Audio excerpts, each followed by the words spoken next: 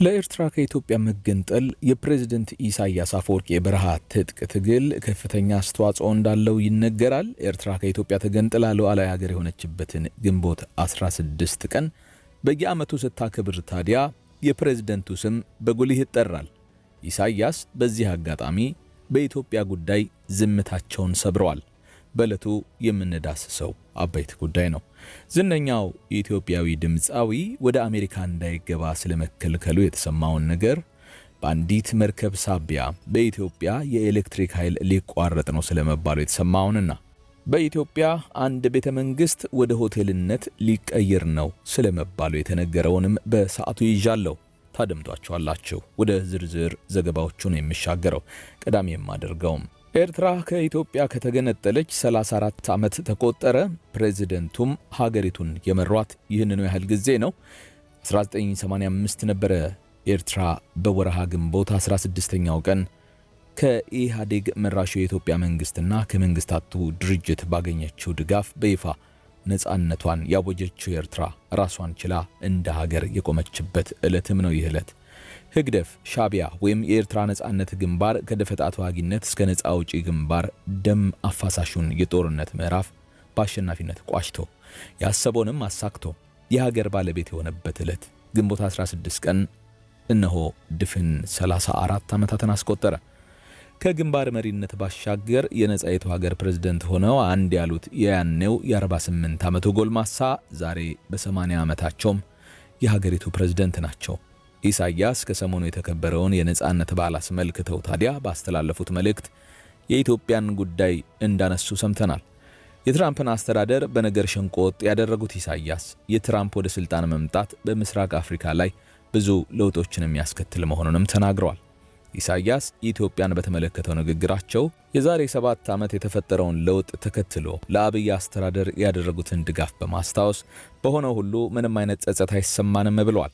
ቀጥል አድርገው ወደ ወቅታዊ ጉዳይ ሲያመሩ የቀይ ባህርን አጀንዳ መዘው የኢትዮጵያ መሪዎች እያራመዱት ያለው የባህር በር ፖለቲካ ዓላማው ሌላ ነው ብለዋል።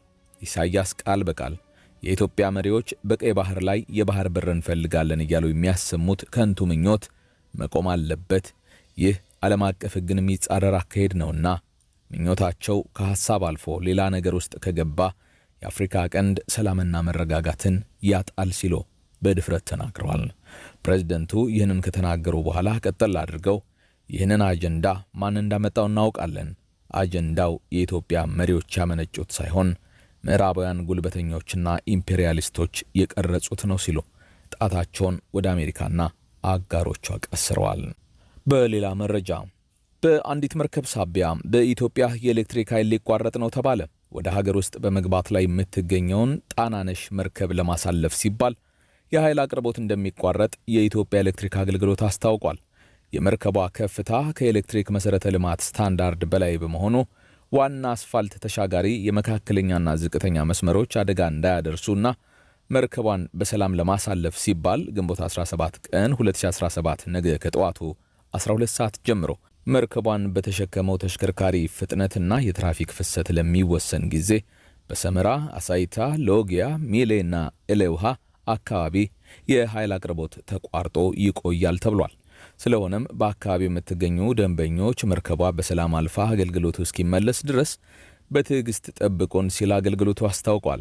ከወር ገደማ በፊት በኢትዮጵያ የባህር ትራንስፖርትና ሎጂስቲክስ ለኢትዮ ፌሬስ ጣና የሀገር ውስጥ የውሃ ትራንስፖርት እንዲያገለግሉ የተገዙ 2 ዘመናዊ ጀልባዎች ከጅቡቲ ወደብ ተጭነው ወደ ሀገር ቤት መግባታቸው ይታወሳል።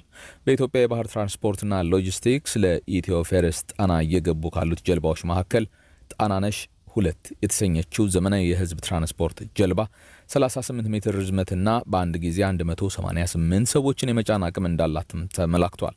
ጀልባዎቹን የሚገለገልባቸው ኢትዮ ፌሬስ ለ48 ዓመታት በጣና ሐይቅ ዙሪያ የተለያዩ አገልግሎቶችን ሲሰጥ የቆየው የጣና ሐይቅ ትራንስፖርት አገልግሎት ድርጅትን ተክቶ የኢትዮጵያ የባህር ትራንስፖርትና ሎጂስቲክስ አንድ ቅርንጫፍ ሆኖ ወደ ተቋቋመው ድርጅት ተጠቃሎ እንዲሰራ ወደ ስራ የገባ መሆኑ ነው የተነገረው።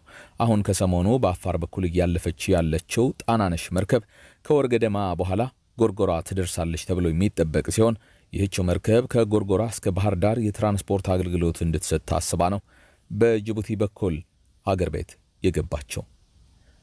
ድሬዳዋ ከተማ ውስጥ ከዚራ ተብሎ በሚጠራው አካባቢ የሚገኘው ቤተ መንግስት ከፍታማ ቦታ ላይ ያረፈ በመሆኑ ከተማዋን ለመቆጣጠር እንዲያመች ታስቦ የተሰራ እንደሆነ ይነገራል።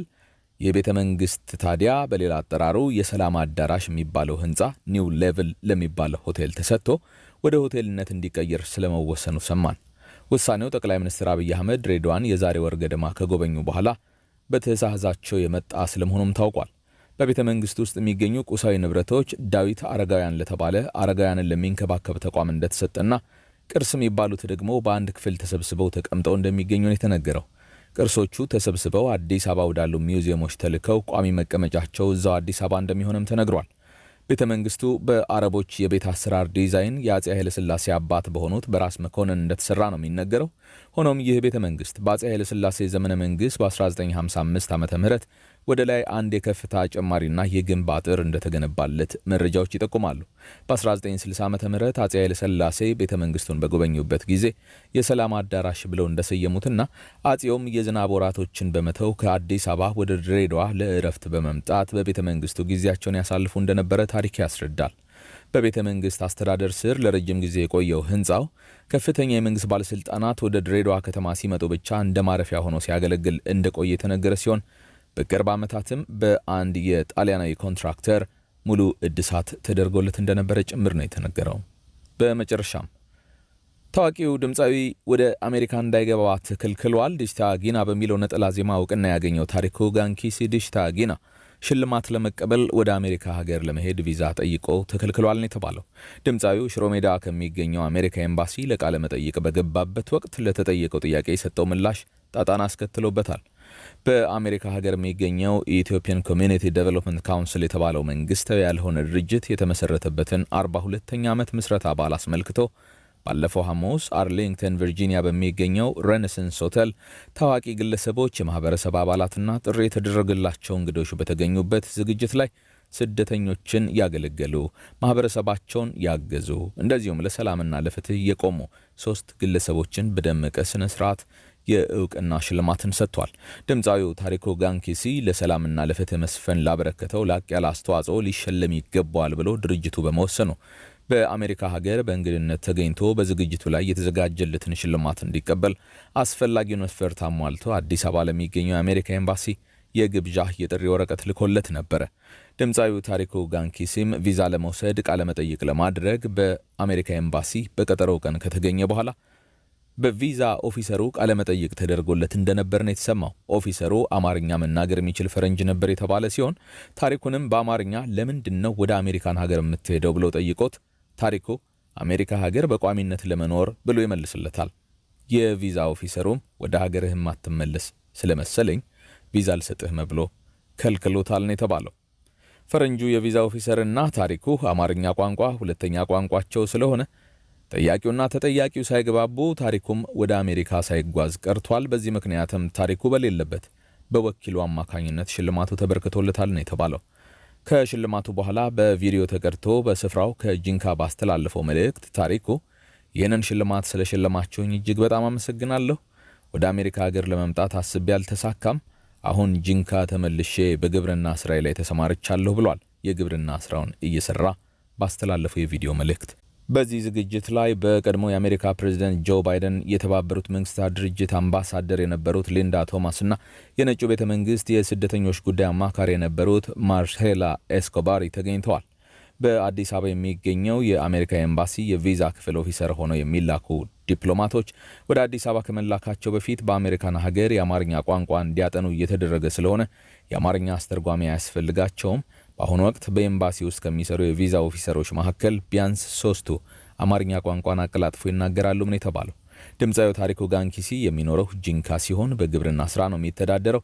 በኢትዮጵያ መከላከያ ሰራዊት አባል በመሆንም በውትድርና አገልግሎ የሚያውቀው ታሪኩ ከዚህ በፊት እምዬ ጂንካ ሲል የተጫወተው ሙዚቃም እንዳለው ነው የሚታወቀው።